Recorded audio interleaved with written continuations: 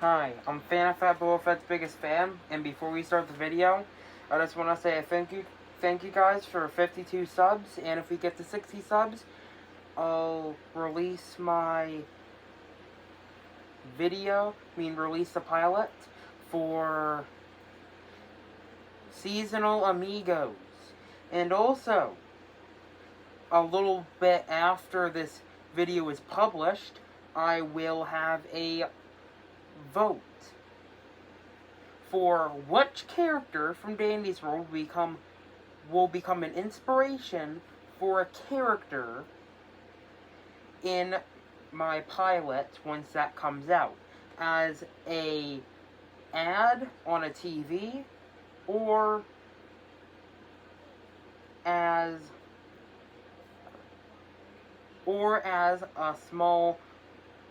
a show, like people watching a TV show with them.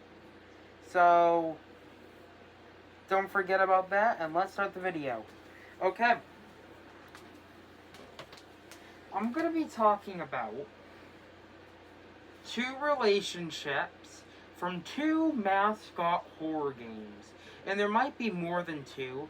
I'll have to make the thumbnail for that to understand.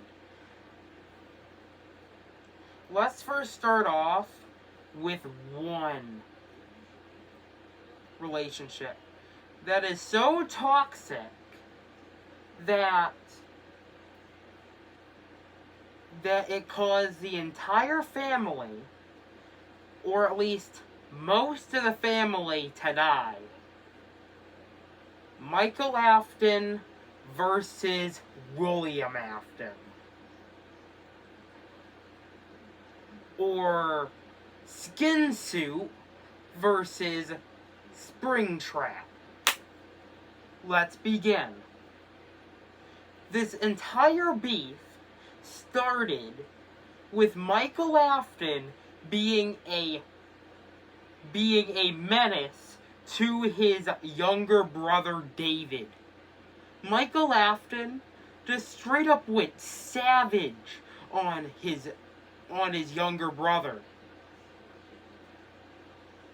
Michael Afton was such a menace back then that honestly, I think the crying child would have had PTSD if he survived what Michael did. After Michael Afton shoving the crying child into the Golden Freddy's mouth, it caused an accident, and that caused a rivalry between William Afton and Michael Afton. William Afton killed kids, got spring-locked. Michael Afton got scooped and used as a skin suit for Ennard.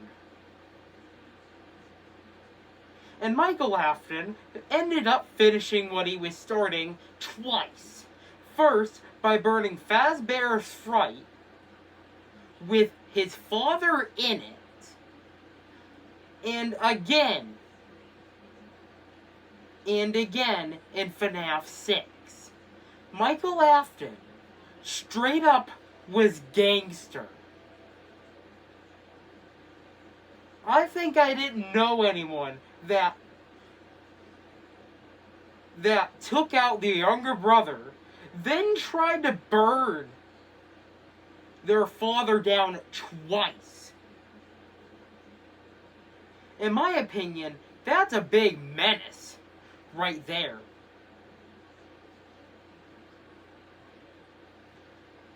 It's not Dennis the Menace anymore. It's Michael the Menace.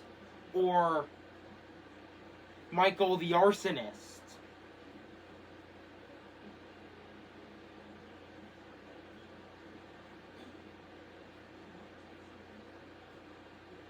So yeah. Yeah, Michael Afton, he's just straight up. Yeah, he was just straight up a menace from the start. I bet once he came out of the womb from Mrs. Afton, I bet Michael's first thought was to bully someone. I have to be honest.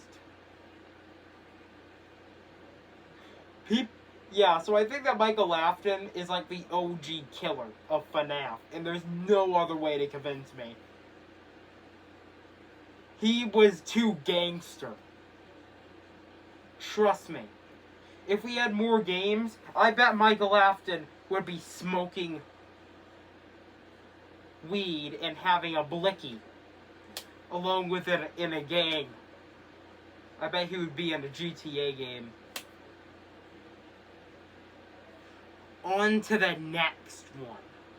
Dandy versus V from Dandy's World. And if you're asking, what do you mean?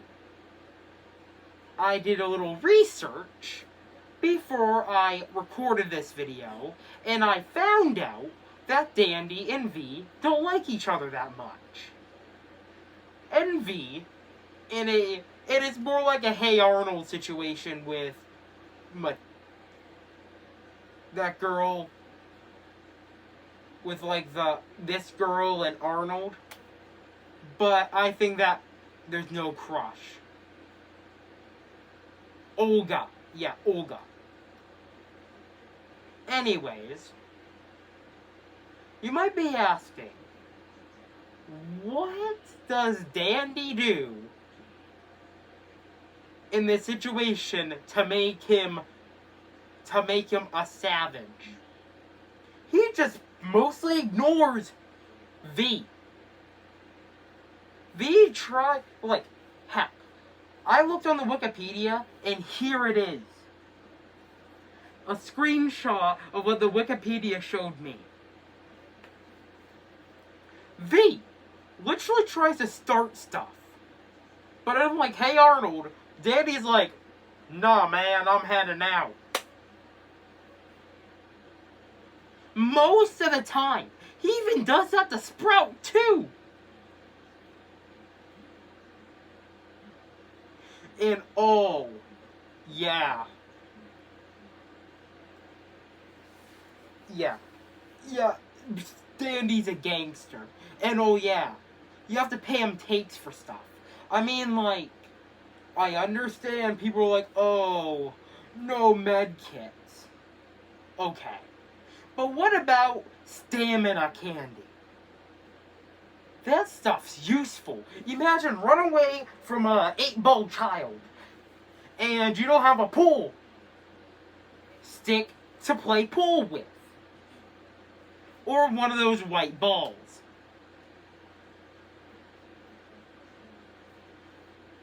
And you have some stamina candy to keep that well. So yeah. And Dandy barely sells you med kits. Like, I think 2 times this day, when I've been playing Dandy's World, he got me med kits. In my opinion, he's pretty cool and chill. And if you ignore him, he'll turn into a twisted version of himself and take you down. And take you down easily. With straight up ease. One hit. For comparison, Shrimpo only takes out 1 heart. And he punches holes in walls. In straight up walls. Even though he has punching bags. So Dandy can one-shot you even if you have 3 hearts, making him stronger than Twisted Sprout. And there's one other contender that I want to talk about. Duolingo. You might think that you're a duo, but no. Duo, he's straight up a psycho. So if you don't keep up your streak on Duolingo, sadly it's not a mewing streak, Duolingo will kidnap you or make your life a living hell. Yes, I don't think living hell. I mean, hell isn't a cuss word if you say in that sentence. Makes your life a living hell or straight up kidnaps you. Heck, he even collabed with Squid Game. The same game that kills multiple people. If that isn't Gangster, I don't know what is. And you might be asking, who's Duolingo's op? You! You watching this video. You not keeping up your viewing streak.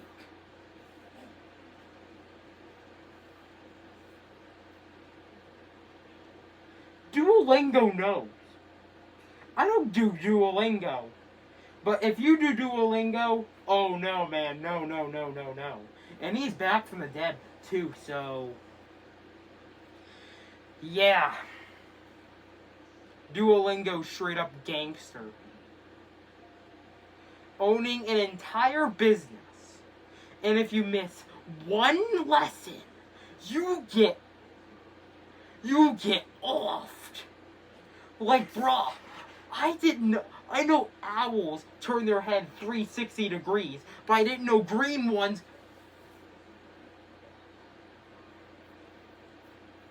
would make you into, I don't know. I mean, I don't know, like the gray stuff from, I mean, yeah, they would turn, yeah, he would just straight up cook you.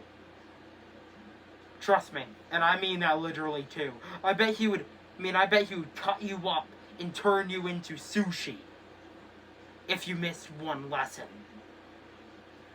So yeah, that's my video. In conclusion, Michael Afton is a crazy arsonist that started the entire FNAF thing, besides a FNAF movie. Dandy is straight up one of the best people to ever stand up to a bully, and is underrated. And Duolingo will 360 no scope you if you don't keep up your streak. Anyways, don't forget to like and subscribe, and I'll see you on the next video.